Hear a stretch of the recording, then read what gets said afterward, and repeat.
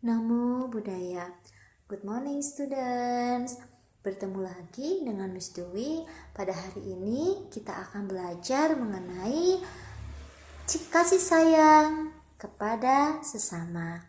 Nah, kasih sayang bisa kita berikan kepada semua orang, tidak hanya kepada orang tua kita saja. Tetapi kasih sayang bisa kita berikan kepada teman-teman kita, kepada sahabat-sahabat kita, kepada guru-guru kita, kepada tetangga kita, bahkan kepada orang-orang yang tidak kita kenal. Nah, Miss Dwi akan menceritakan sebuah kisah pada masa Sang Buddha. Nah, ada seorang pemulung yang bernama Sunita. Nah, Sunita ini adalah sangat kotor, sangat kotor dan sangat miskin. Tidak ada orang yang mau berteman dengan Sunita. Dan ketika bayangan Sunita ini mengenai orang-orang kaya yang dia temui, maka Sunita ini bisa dihukum. Nah, kemudian Sunita bertemu dengan Sang Buddha. Sang Buddha sangat menghormati Sunita. Bahkan Sang Buddha mengajak Sunita untuk menjadi seorang biku. Awalnya Sunita ini takut kalau nanti bayangannya mengenai Sang Buddha.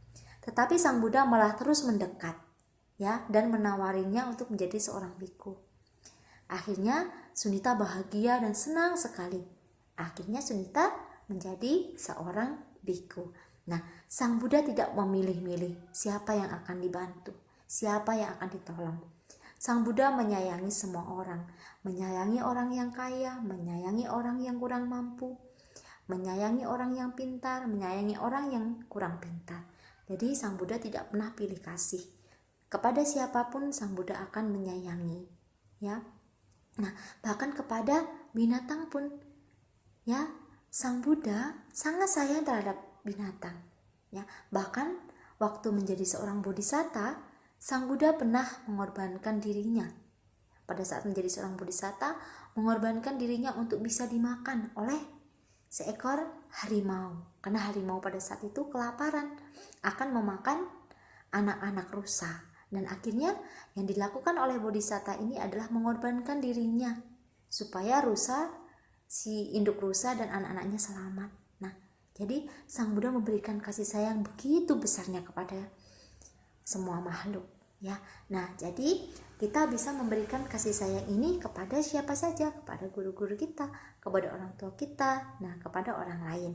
Nah, jadi kita tidak hanya memberikan kasih sayang kepada orang-orang yang kita sayangi saja. Kita bisa memancarkan cinta kasih kepada orang-orang yang tidak kita kenal sekalipun. Nah, Miss berharap anak-anak Miss Dwi seperti Sang Buddha yang selalu memberikan kasih sayang kepada semua orang. Kalau kita bisa menolong orang lain, tentu orang lain akan bahagia, akan merasa senang. Kita memberikan kebahagiaan untuk orang lain, tentu diri kita ini juga akan bahagia. Ketika orang lain membutuhkan bantuan kita bisa menolongnya. Kalau misalkan ada yang beralasan, "Miss, saya kan masih kecil, saya nggak bisa bantu apa-apa." No, kita bisa, nak.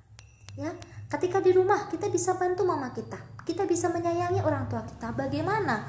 Misalkan mama kita butuh bantuan kita untuk menyapu, kita akan bantu untuk menyapu halaman, menyapu halaman. Kita bantu mama kita, kita berucap baik kepada orang tua kita menghormati orang tua kita tanpa pilih kasih, Jadi dimanapun kita berada, selalu pancarkanlah cinta kasih kepada guru kita. Saat kita di sekolah, tentu kita pernah membantu guru kita, Misalkan di kelas, papan tulisnya kotor sekali. Kita bisa memberikan kasih sayang dan perhatian kepada guru kita. "Bu," atau "Teacher," atau "Miss, boleh saya bantu hapus papan tulis?" Nah, gitu. Kita memberikan kasih sayang, perhatian kepada guru kita. Misalkan lagi, guru kita membawa buku yang sangat berat. Apa yang kita lakukan? "Bu, boleh saya bantu?" Begitu. Supaya apa? Supaya guru ini tidak keberatan membawa buku. Nah, begitu, Jadi berikanlah kasih sayang kepada semua makhluk tanpa pilih kasih. Kita harus berteman dengan orang yang berkecukupan, yang kurang mampu, orang yang pintar, bahkan yang kurang pintar sekalipun. Kita tidak boleh pilih-pilih kasih. Nah, baik, ini saja dari Miss Dwi. Semoga materi Miss Dwi pada hari ini bermanfaat. Sabi sata bawaan sukitata. Semoga semua makhluk hidup berbahagia. Sadu, sadu, sadu. Namo Buddhaya.